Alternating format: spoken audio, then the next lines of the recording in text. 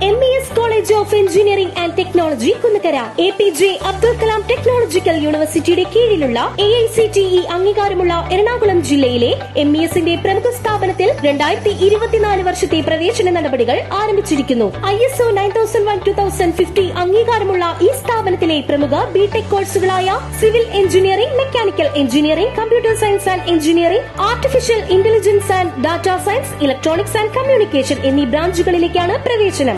വിദ്യാർത്ഥികൾക്ക് college bus ഉപയോഗം തികച്ചും സൗജന്യമായിരിക്കും. MES മാനേജ്മെന്റിന്റെ കീഴിലായതിനാൽ വളരെയധികം ക്യാമ്പസ് റിക്രൂട്ട്മെന്റ് നടക്കുന്നു. സാമ്പത്തികമായി പിന്നോക്കം നിൽക്കുന്ന പെൺകുട്ടികൾക്ക് ഹോസ്റ്റൽ താമസവും ഭക്ഷണം തികച്ചും സൗജന്യം. ഉയർന്ന മാർക്കുള്ള വിദ്യാർത്ഥികൾക്ക് MES സ്കോളർഷിപ്പുകൾ നൽകുന്നു. അഡ്മിഷന് വേണ്ടി ബന്ധപ്പെടേണ്ട നമ്പറുകൾ: ഫോൺ 9444781611, 8089921675.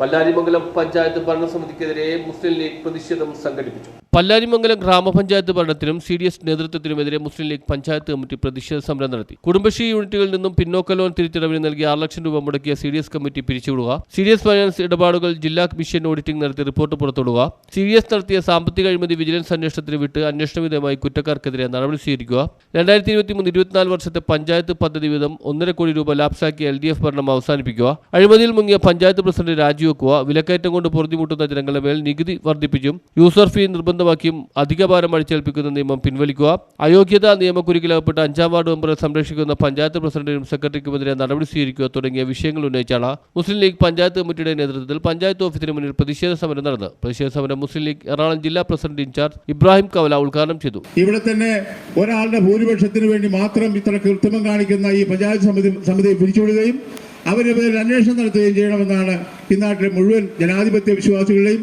പ്രത്യേകിച്ച് പഞ്ചായത്ത് മുസ്ലിം ലീഗ് കമ്മിറ്റിയുടെ അഭ്യർത്ഥന. അത് തീർച്ചയായും നടപ്പിൽ വരുത്തണം.